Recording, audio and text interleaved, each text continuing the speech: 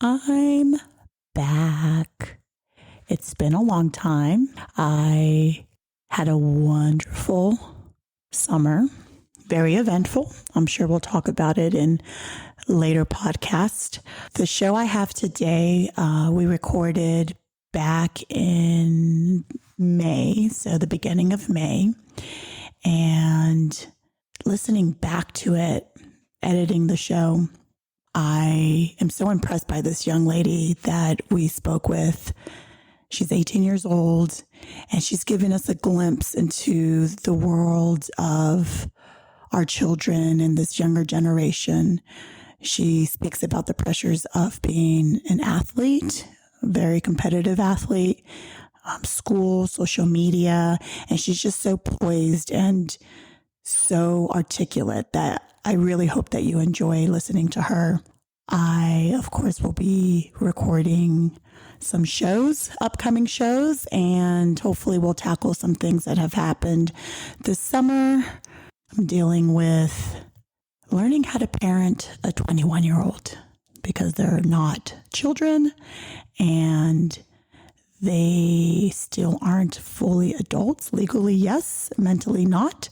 So hopefully I'll be able to talk about that in the future. I also have a son who is entering the world of high school and a daughter entering the world of middle school.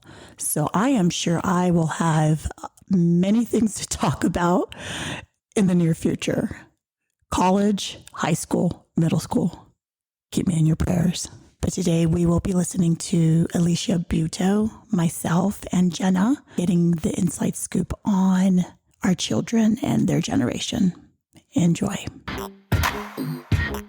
Hi, I am your host, Lyanette Talley, and you are listening to Virago 24/7. Virago is Latin for female warrior, and 24/7 is for all day, every day. Virago 24/7 is a weekly podcast that brings diverse women together to talk about life and our experiences in this world. We share our views on self-love, mental health, marriage, children, friendships, and really anything that needs to be talked about. Here, you will find everyday growth, everyday healing with everyday warriors.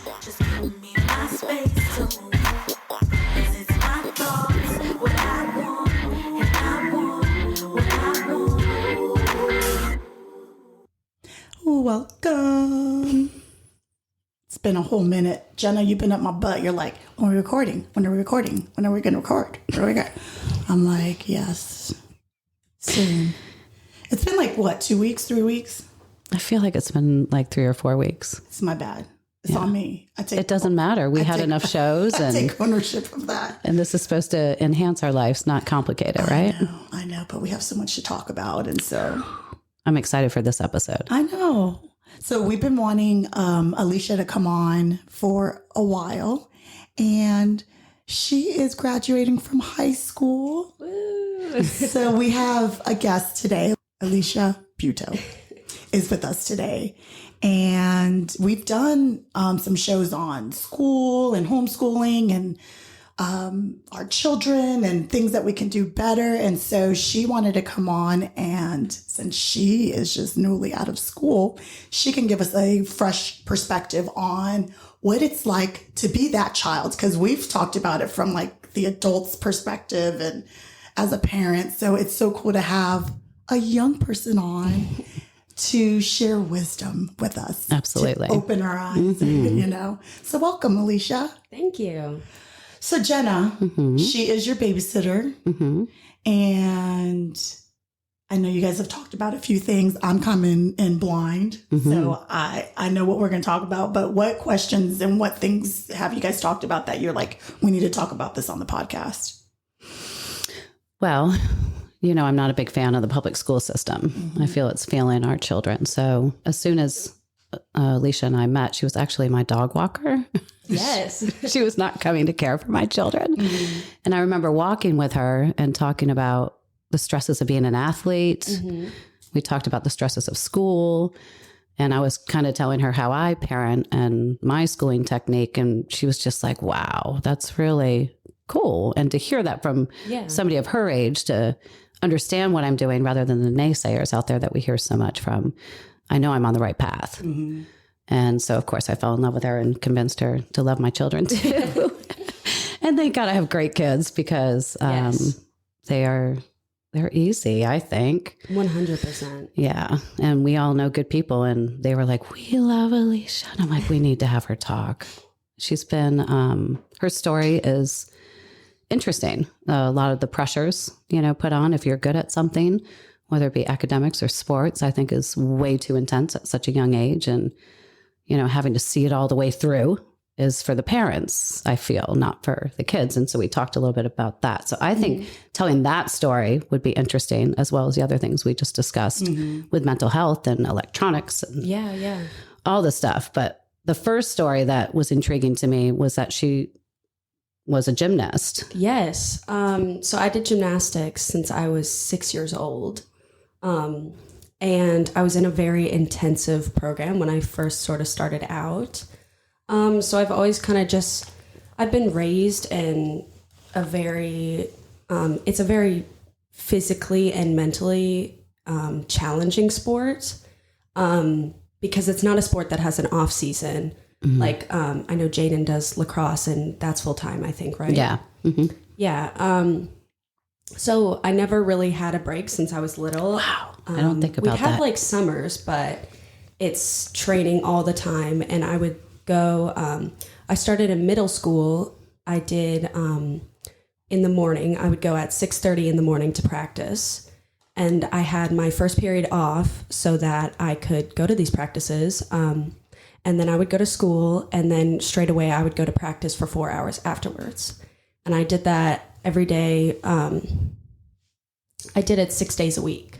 Wow. That's intense. Yeah, it was quite a lot. Were you, like, when you were in it, did you realize this is too much, or did you love it at one point and then realize this is, how was that with you as a kid? Like, I loved it when I was younger, and sort of when there wasn't a pressure around it. And then when you kind of go through, you get to these levels. So you start out, I started out as it's what's called an Excel diamond.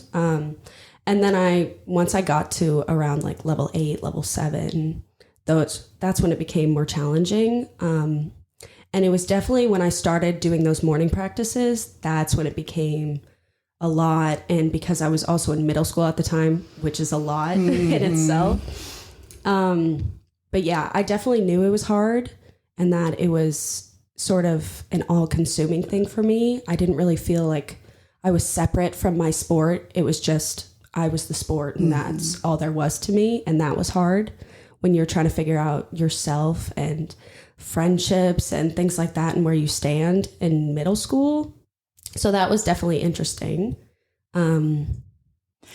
Yeah. Did you have like adults around you asking you like, hey, this is what you want? Or is it just assumed that you're good at this?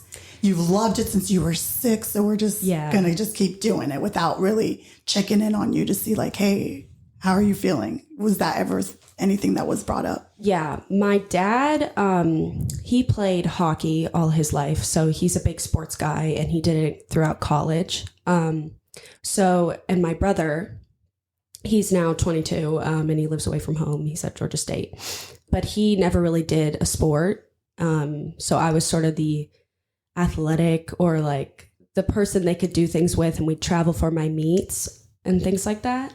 So my dad pretty much treated me like a son almost. And he was very intense on going to practice. You're not going to be late. You're going to do this every day. He'd make me walk to the bus when it was raining. Like he was like strict. And my mom never got involved with it. She sort of was like, it's Dad's thing. I'll let him do that and you guys figure that out. So it was nice having that, but there wasn't really an in-between of someone to kind of like balance it out. Yeah. Yeah. Bringing the balance. So there was never a balance. No.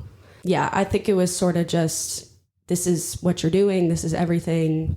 And it's the sport where you can't just quit. It's kind of because you have good days and then you have bad days. And coming to the point where you're going to quit the sport was really a big decision because I'd done it since I was a child. So it was always, if I was thinking of, oh, well, I really like to dance. I'd love to try doing a dance class. It was, oh, but you go 6 days a week. You don't have time to do that and school. It's this or that. You can't have do one all of it. Yeah. And you're not the only one, though. I'm sure there's so many. This is so good that you wanted to come on and talk about it, because there's many families like this where they just push. And do you see it as the norm amongst your peers and athletes? For sure. Yeah. I do think that mine was sort of like in a niche because I grew up with a group of girls my whole life. So we were all experiencing the same sort of thing. And so it did vary, like with parents and how they treated it and went about it. There were some friends that I had that quit at a like level 7. And then there were some that quit when we were 17, 16. And I have a friend in college for gymnastics. So it kind of just varied. And she has, my friend in college, her mom is very intense and very strict on the sport. So we were sort of in a similar boat. And we became really good friends because of that. But it was really interesting to see how everyone was all the parents were going about it. Mm-hmm. Did you guys talk about it amongst yourselves, or is that something that you just keep inside and just deal with it? I would complain or things like that here and there. So like my dad would come and he would sit. We had this viewing window where you could sort of sit in the gym but not be in the gym. And he would sit at the very front every single practice and come and watch me. So I'd always like complain to my friends, be like, oh, my dad's here again. Because their like parents wouldn't come or something. But I'm in diving now. And so tell me how you transitioned out. Yeah. Because yes, you're in diving now and that is all paid off beautifully. But how did you get them on board? Oh, goodness. I'd say it was more challenging for me. Just coming to the realization that I just did not want to do the sport that I had loved so much of my life. And it was something that was such a big part of me. And I was worried I didn't have anything outside of the sport. I didn't really know who I was outside of the sport. And it took a lot of conversations with my parents. And I definitely was struggling mentally. And I just knew that was the reason. And it was a big thing for me that if I wanted to sort of have an improvement in my life, I needed to put an end to something that I knew was not helping me. So I definitely had a lot of conversations with my dad. But his sort of thing was, if you're quitting, you're not just going to stop doing a sport altogether. It was, you have to go into something else, which I am thankful for.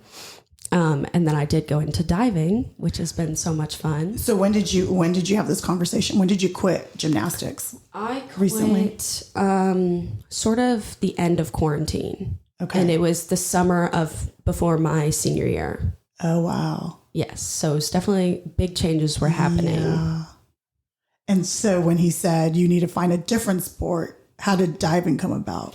Well, I originally said I wanted to do dance because I always wanted to do dance. Still would have loved to, but diving came about because I had some friends who went and did diving after gymnastics. And it just sort of seemed like it was very similar to what I already knew how to do, but in a more relaxed environment and something that I could see myself just having fun with. So I went in for some summer camps. And it was just for fun. I wasn't going to have any pressure behind it. And I wasn't even going to join a team. I was just going to do it for fun. Then I did get put on a team.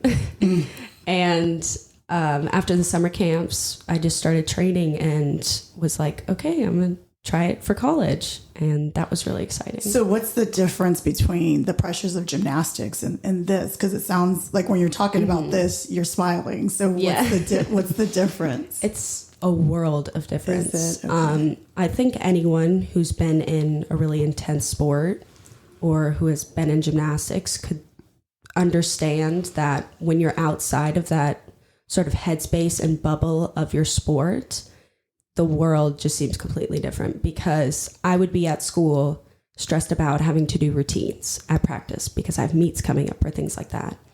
Whereas with diving, I'm sort of doing the same skills every day, but like learning to change them and improve them. And it's way more constructive because the coaches, gymnastics, it's conditioning, drills, stretching every single day. It's a strict routine, and you go in, you know what you're doing. But when I went to diving, it was like, okay, today we're just going to do hurdles, and we're going to learn how to jump on the board and learn how to do different things. And it's also 2 hours, which was very nice. What was it, 5? I was doing, 6 hours a day. Dang. Which was too much. Yeah. And coaches are way more constructive. I'm sure if you guys have seen the Olympics and heard stories about gymnastics, it's very much what it's all true. Yeah. Like you can relate to those stories. 100%. Did you have anybody, any coaches or any adults in your life trying to talk you out of quitting gymnastics? I definitely had my dad. He was probably the biggest factor which I was concerned about when I was quitting. But I had a mix of coaches. I had one coach when I was way younger who was not good. I could talk about him.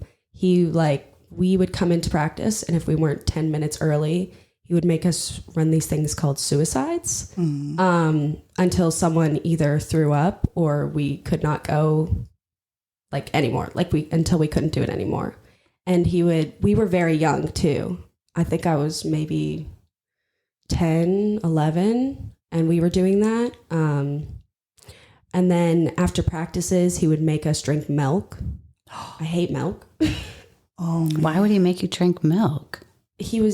I don't know. I couldn't tell you. He would come over to people's houses. He wasn't good. And the parents allowed this? They did, because it was sort of what was normal at the time with coaching. This was all before all the new rules, after Larry Nassar came out and all the regulations that had been made.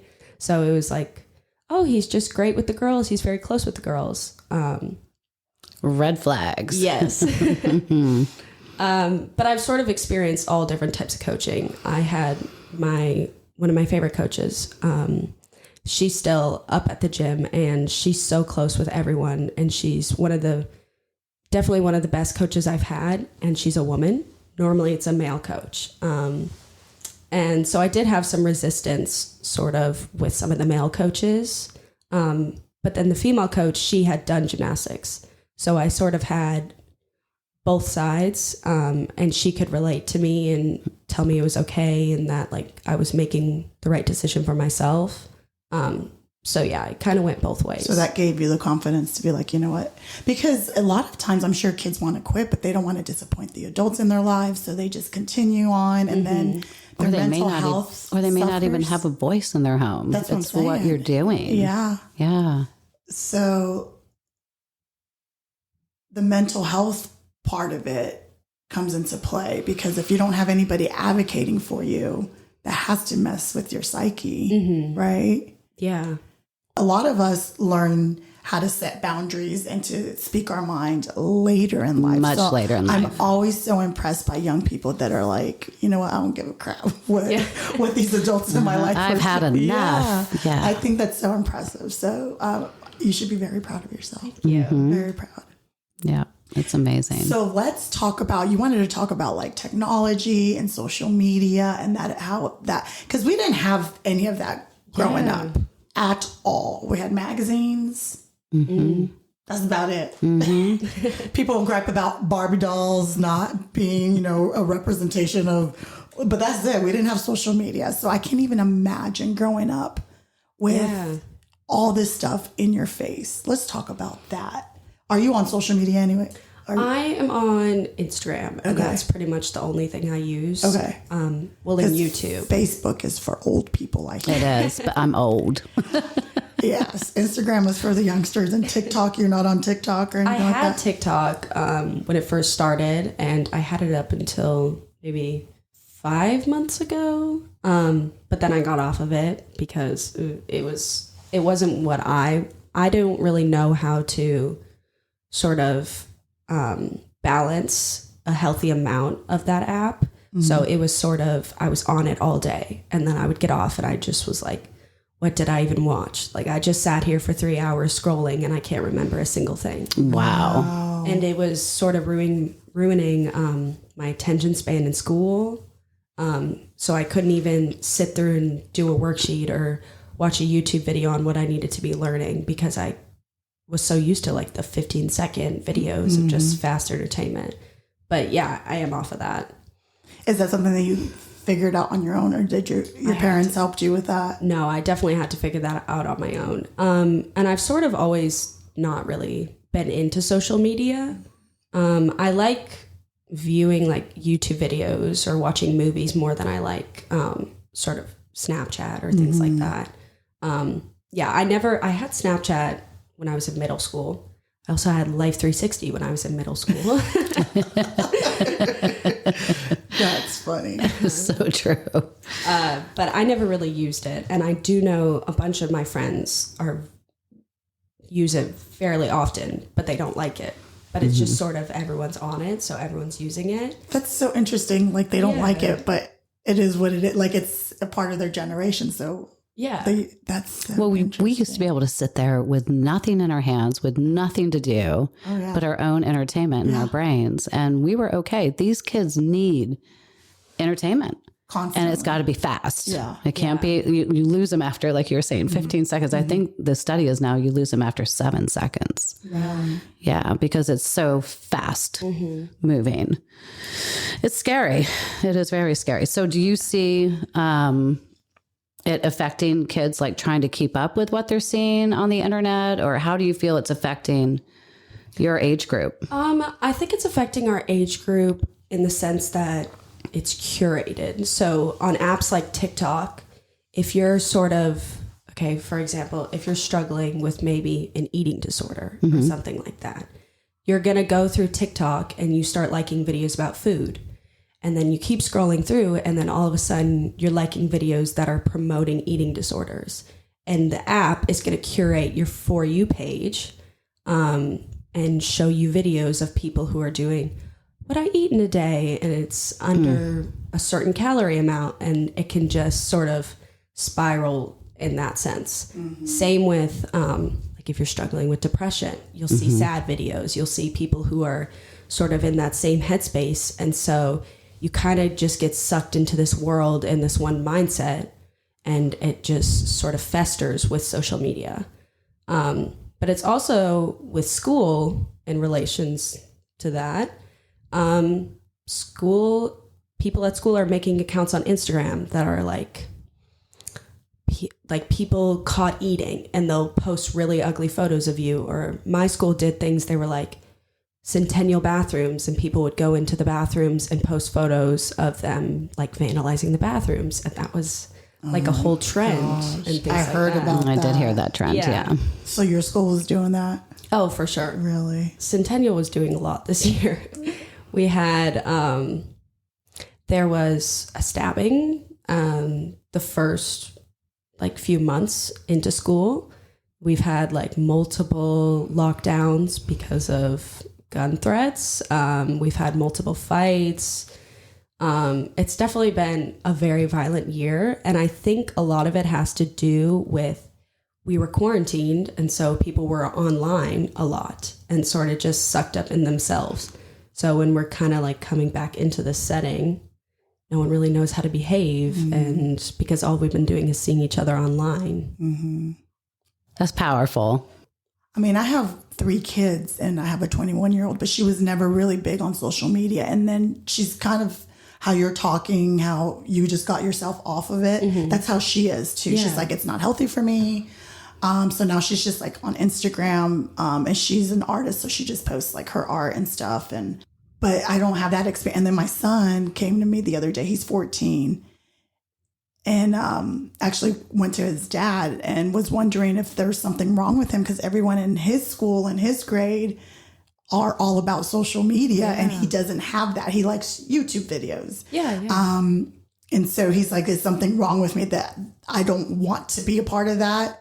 And I don't really know what they're talking about when they're talking about certain things, because he's not a part of that world. And it's just like, no, like you form your own path. And if this is not something that you want to do, then it's not like, there's nothing weird about it. So it's I see the other side of it where my kids think there's something wrong with them because they don't want to be a part of that world. I was thinking as you were talking, the pressures of being part of it are huge. Mm-hmm. What do you mean? Get on Snapchat. Like my kids, middle school age, get on Snapchat. Yeah, you want to find someone, go on Snapchat. You can't even.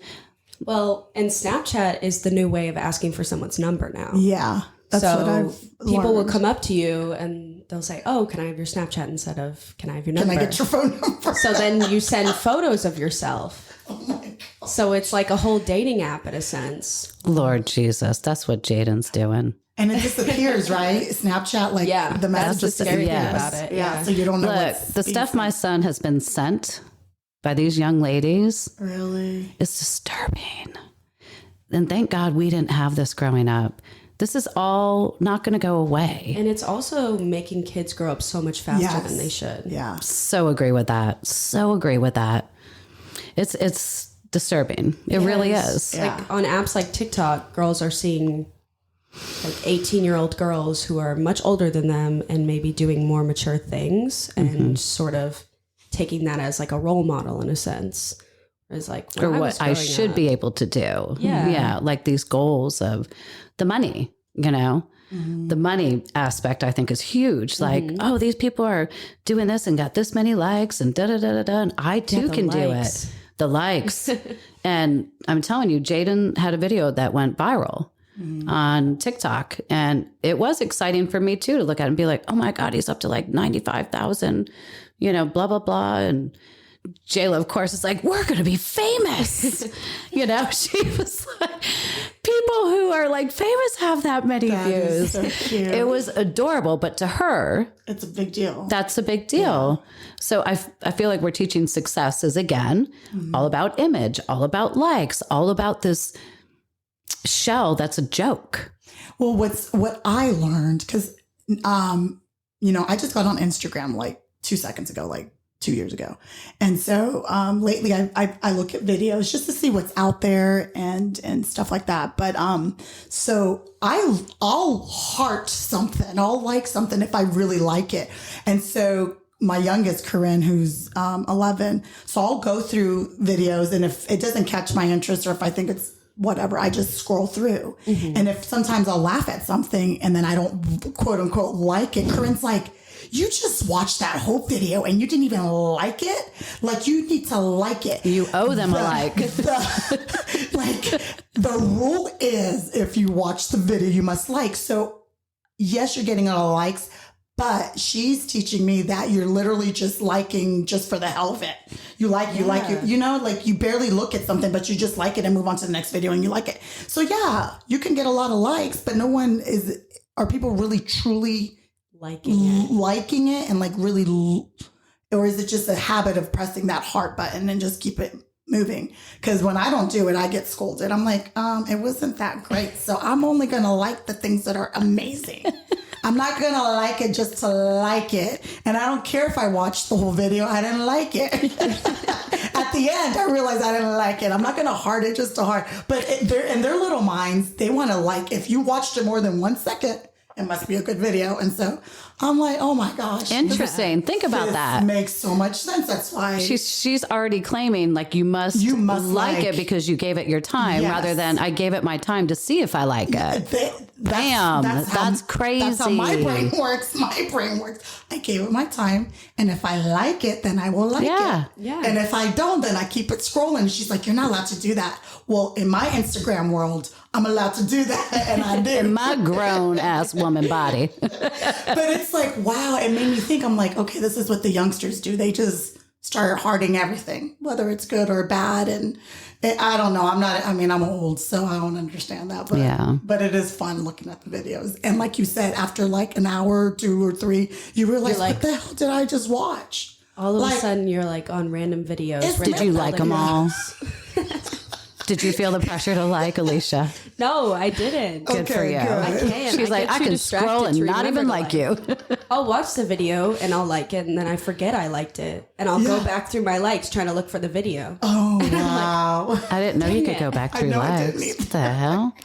We old. Shoot, I got to get my readers out to see.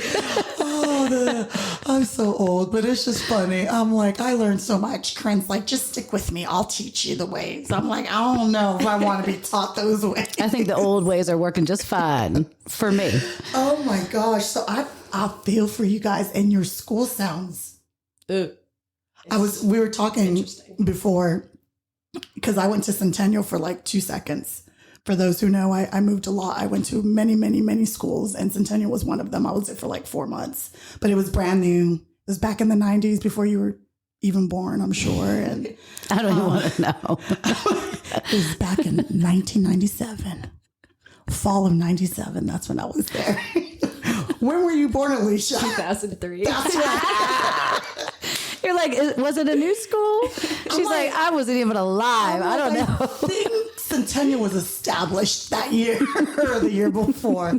Wow, I'm old. But that's why it's so nice to have the youth. I'm telling you, the different perspective is enlightening. She really helped, believe it or not, assure me that I was doing the right thing by talking with her. Because you don't know if you are until you reach out to that generation and hear what their needs are and what their wants are and what they don't want. And so let's talk about that. What is it that you, when Jenna was talking to you about homeschooling, or, you know, like her version or idea of school, what parenting. Yeah. What was it that you thought was like, wow, that's what I would want?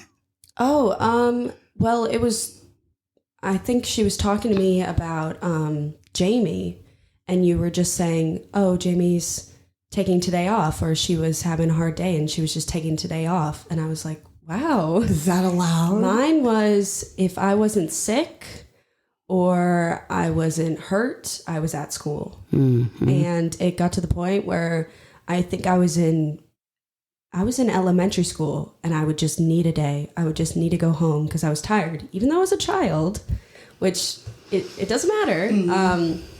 And I would go to the nurse and pretend to be sick, so my parents would come and pick me up. And then it was also, I still had gymnastics afterwards. So it was, if I was sick, then I'm also missing gymnastics. And it was this big whole thing of, oh, these are your responsibilities. You commit to something, you have to be there or don't do it. how many of us heard that growing up? Got to see it through to the end. Exactly, yeah. And the same thing carried through all years of high school. And it was, if I'm not sick, if there's not something wrong, I'm at school.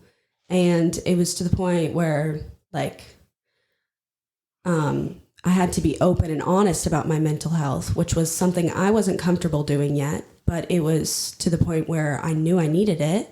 So I would tell my parents. It wasn't until I was older, till I was 17, 18, where I finally started taking sort of the responsibility on my own and sort of watching out for myself. And so I'd say, I need a day. Like, I'm either behind on work or I'm just drained or something like that. And I would just really need the day. And it was a very hard conversation, because it was never, that's okay. Like, you can take the day off. Like, we get it. You're a child. You're not getting paid to go to school.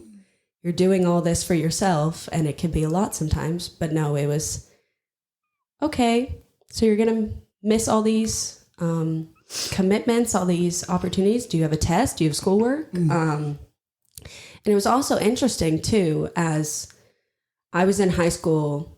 I did freshman year and sophomore year before the pandemic. And then the pandemic hit, and I was online for my the end of my sophomore year and junior year, and then coming back for senior year. So I sort of saw this whole new world almost of being online and taking responsibility for my own learning. And it was almost like I was homeschooled, which was good and bad. And I think everyone had really different experiences when it came to schooling in the pandemic. But for myself, it was like, oh, I could have been doing this whole time. Like, I could have been feeling like myself while also doing school, because I always felt very separate from school. It was so refreshing to hear how you were going about schooling and just keeping your children's mental health a priority. So you liked being at home and being able to get your work done at home and kind of just like have that, be able to breathe. Yeah. I'm a very independent person, I'd say. And I've never really, well, because I was sort of isolated with gymnastics, I didn't have a ton of friends in middle school. I had a bunch of close friends, and that's carried out through school, which I love. That's the way I like it. So I'm okay spending time with myself and sort of like working through things. And it also gave me time to sort of reflect on like what I was doing and what I wanted. And that's when I decided I didn't want to do gymnastics, because I had the time to think. But with school, when I was constantly in it, it was, you're at school and you have all this work, but it's also social pressure. And it's all this, oh, where are you going to sit at lunch? Oh, what are they doing after school? Like, oh, you're no longer friends with this friend group. Oh, you still have to see them in the hallway. Whereas when you're at home, your focus is on school and on yourself, and then making time for your friends if you'd like. Yeah. Good point. Very good point. And you don't have to walk the line, hear the bell, told when you can go to the bathroom. Exactly. That kills me. Code. Kids are in middle school just getting used to their periods. Yeah. And these girls aren't allowed to have an extra 5 minutes in the bathroom and get in trouble if they're like, this is absurd. I'm like, that's absurd. That walk the line, take a number. It's like they're in the military. I see it as very militant. And it's always been that way. I mean, I'm sure, but that's like the norm for us. It's very old school mentality. So it's not like it's, I mean, I think it has changed with the violence and all of that. But as far as like it being very militant, like you sit in your desk, it's always been that way. But we have to realize that it doesn't have to continue to be that way. Yeah. And I feel like the pandemic did open most people's eyes. And that's why my youngest wanted to homeschool, because she's like you, very independent. She's like, I don't understand why we have to sit in, at school for 8 hours. I'm getting nothing out of it. I can do this at home. I can, And so for some people, like it works with their personality. And so we did it this year for the first time. And it's been amazing for her. Yeah. It's been so She's good. blossomed. Oh, yeah. Like she was always like my little Energizer bunny. But then the past 2 years during the pandemic, she just kind of went inward when it was time to go back to school. She just kind of shut down and, wearing the masks and not touch, like just, it was very just different. And she hated it. And so I'm like, all right, well, let's try something new. Because the way I think is very old school. My husband is very old school. Like we're like how you're saying, like you gotta see it through it. And this was my time to reflect and think to myself, like we got to do things differently for our kids. Just because that was done to us doesn't mean that we have to do that to our kids. So I'm teaching my husband. I mean, I'm learning. It's only been 2 years I'm learning, but I'm teaching him because our son plays football, and I can see him going down this road with him of like, you got to show up. I'm like, okay, there has to be a balance. Yes, he needs to commit. Like if you commit, you have to put your all into it, because he could get a little lax and a little lazy. So as parents, we kind of have to, but also look, we have to listen. And if you need a mental health day, you need a mental health day. And us old school parents need to understand that this is a thing. And we have to put ourselves back in that child when we were children, because I'm sure we needed mental health days. We need to redefine the word lazy. Yeah. When I hear lazy, it's like, no, your body needs rest. We need it. It's self-help, it's self-care, and people view it as lazy. They do. Whenever I see people in my household who are overwhelmed, I'm like, go lay down for a minute or go chill out someplace. Like, it's not being lazy. And I've had to learn that. And how much you've seen me change in that department. It's hard as parents. So I empathize with our generation, because that's how we grew up and that's what we were taught. And to shift that thinking has been hard, but it is very possible to shift that mentality. Instead of like, well, this is just how it's always been. So blah, blah, blah, blah. I hate that. Like, no, we can change as a generation so that our children get something better, and then their children get something better. So we have to stop with this. Like, this is how it's always been. It doesn't mean that the way it's been done has been the correct way of it being done. I feel like if we could get parents to stop telling and start asking, we would get so much further in life. Girl, you and I have been reading the same books, because I told Philip that the other day. I'm like, stop telling. he's telling you what he's feeling. Don't tell him that he doesn't feel that way. Yeah.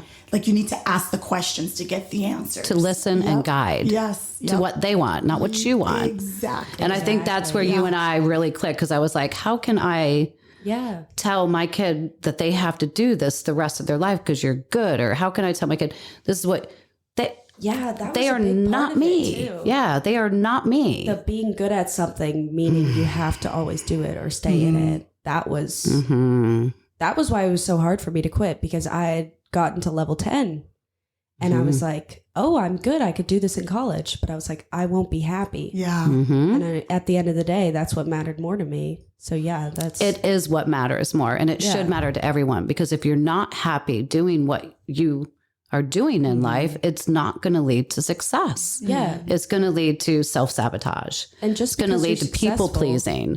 Yeah. So a lot of the things that these old school people say has led me to very toxic behaviors. You don't walk away from people who you love, and you don't do this. And, you know, that is in my head. I'm 49 years old and I can still hear my adult role models and their opinions.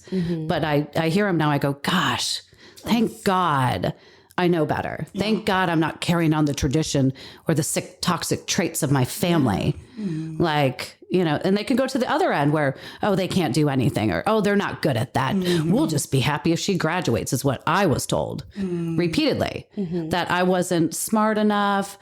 And let's just get put in that. Let's just get her to graduate. No, I wasn't being taught the way that I learned. I'm a visual person. I'm very intelligent, very bright, and very successful in life.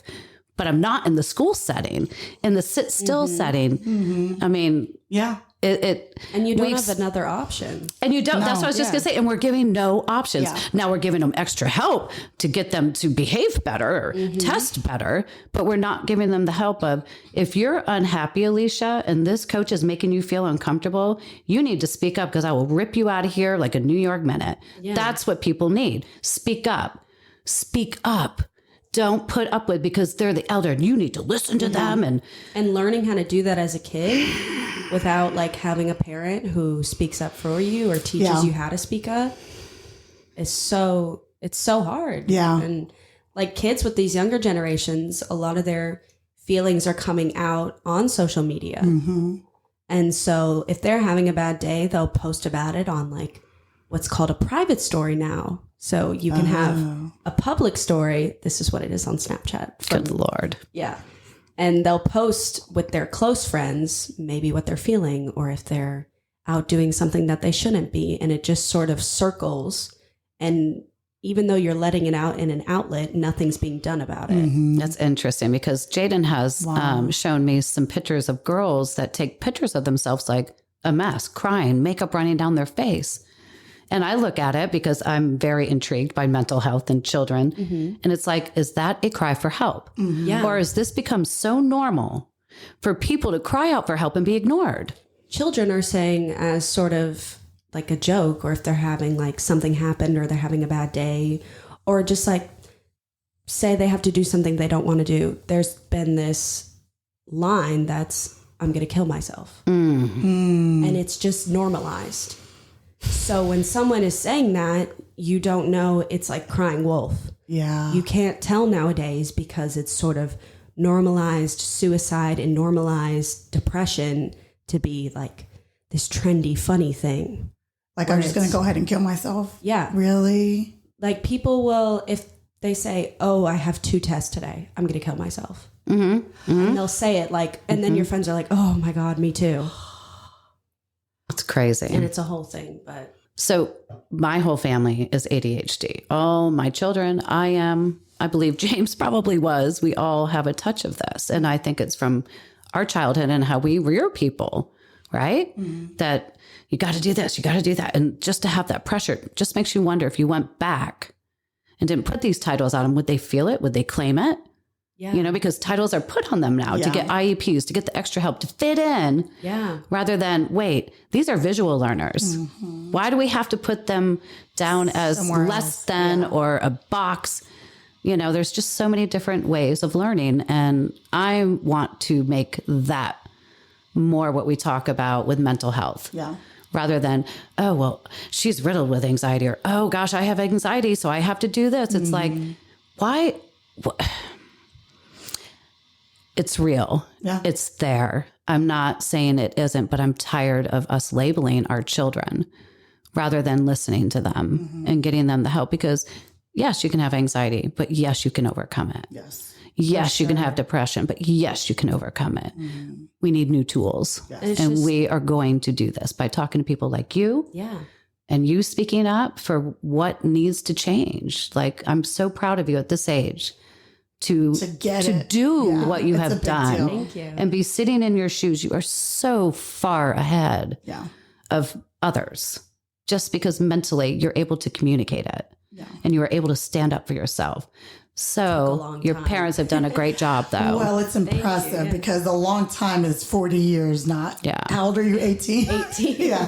That's impressive. Very. Like, you should be so proud, because that really, to figure it out at this age, you're going to just do wonders moving forward. She really didn't have a choice but to figure it out. Yeah. Well, some people don't. They just, she could have kept going on. Oh, she for could have sure. gone to Oh, college. absolutely. And how miserable would you be doing that in college? I can't imagine myself. It really, like, the idea of seeing that future upsets me so much. So I'm so, like, just grateful to myself in a sense. And I could talk on and on about, like, the whole idea of self-love and like how it's sort of, you have to love yourself. But I think it's just getting to the point where you can like yourself and be happy, just accepting who you are, doing nothing. Yeah. If you're just happy doing nothing, that's enough. And I think that's something that people need to learn to be okay with and to accept and normalize in society. It would be nice to have her back and have her talk with young girls in middle school about what she overcame and some tools that you learned that maybe you could pass down to some people. That would be great. We could definitely do that. Yeah.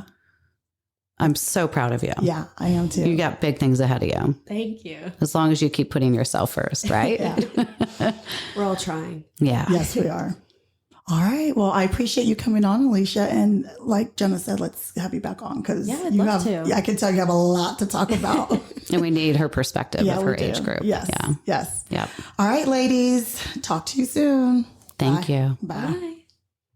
I found this online and felt it was very appropriate for the conversation that we just had. When pressure, expectations, and stress make her world start spinning a little too fast, guide her back toward inner calm, peace, and stillness, to a place where the safe haven of peace and contentment is always right there waiting for her. A place to escape the pressures of the outside world that threaten to consume her. A place that was always meant to be her home. Thank you so much for listening to Virago 24/7. If you haven't done so already, go ahead and hit that subscribe button, and please give us 5-star ratings. Also, don't forget to follow us on Instagram at Virago24_7 and on Facebook at Virago24/7, and just connect with us and share your story. We'd love to hear from you.